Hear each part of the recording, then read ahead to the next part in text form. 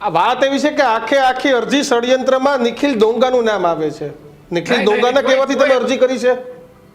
નહીં, નિખિલ ડોંગા એને મેં વાત નથી કરી, મારે એને ટેલિફોનનો સંબંધ નથી. બોલો બીજું. પણ બીજી એક બાજુ તમે કહો છો કે ભાઈ જયરાજસિંહ ધાક આપે, ધમકી આપે, હેરાનગતિ, તો સ્વતંત્રતા છે, આ તમે નીકળ્યા અરજી કરવા, એમ બીજા બધા કોઈને તકલીફ હોય તો એને પોતાની અરજી કરી દેવી જોઈએ ને. ધાક ધમકી હોય તો કોઈ અરજી કરવા જ ના જાય.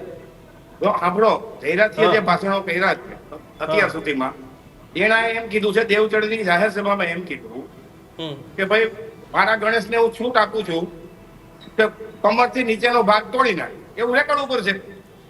કે વિડિયો છે તમારી પાસે? મને ઉઠાડતો નહીં, હા, રાત્રે 12 વાગે મને ઉઠાડતો નહીં, હું તને છૂટ આપું છું કે કમરથી નીચેનું કઈ પણ હોય તો તારે એમાં ભાંગી નાખો. એમને વિડિયો છે પિયુષભાઈ તમારી પાસે આવું કે બોલતો હોય? વિડિયો છે ને, દેવચળી ગામની અંદર જાહેર સભામાં બોલેલા છે.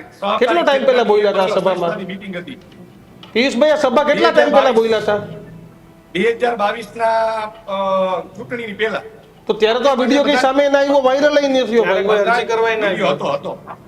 અમારી પાસે તમામ પુરાવા છે. અમે તમામ સુપ્રીમ કોર્ટને આપશું. સુપ્રીમ કોર્ટની ગાઈડલાઈન છે કે આવા ભાષણ ન કરવા, ઘરેથી બહાર નીકળવું હોય તો પણ પોલીસની પરવાનગી લેવી, એવી સુપ્રીમ કોર્ટની સ્પષ્ટ ગાઈડલાઈન છે.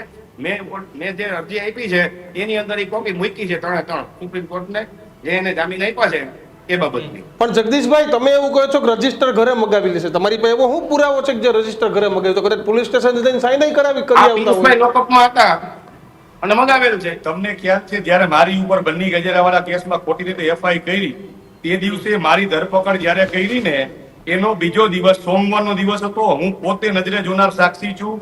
મેં જોયું કે ત્યાં એના કમાન્ડો આવે છે, રજીસ્ટર લઈ જાય છે, રજીસ્ટર પાછું મૂકી જાય છે.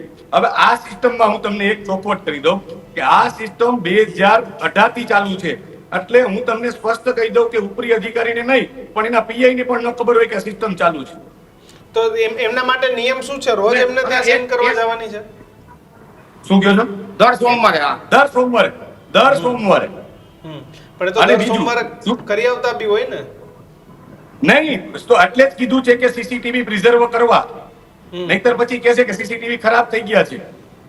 એટલે અલગથી અરજી આપેલી છે સિટી એ ડિવિઝન પોલીસ સ્ટેશનમાં કે નામદાર સુપ્રીમ કોર્ટની અંદરમાં જ્યારે અરજી કરશું ત્યારે સુપ્રીમ કોર્ટ મગાવશે, એટલે આગોતરા આયોજન રૂપે તમારે બધા સીસીટીવી ફૂટેજ, સુપ્રીમ કોર્ટની ગાઈડલાઈન છે કે ઓછામાં ઓછા 3 મહિનાના સીસીટીવી ફૂટેજ રાખવા, જેથી કરી અને તમારે પ્રિઝર્વ રાખવા. સુપ્રીમ કોર્ટ ગમે ત્યારે મગાવશે. હજુ સુધી તમે અમારી ચેનલને સબસ્ક્રાઇબ નથી કરી તો અત્યારે જ ન્યૂઝરૂમ ગુજરાતને સબસ્ક્રાઇબ કરો, ફેસબુક અને ઇન્સ્ટાગ્રામ પર ફોલો કરો.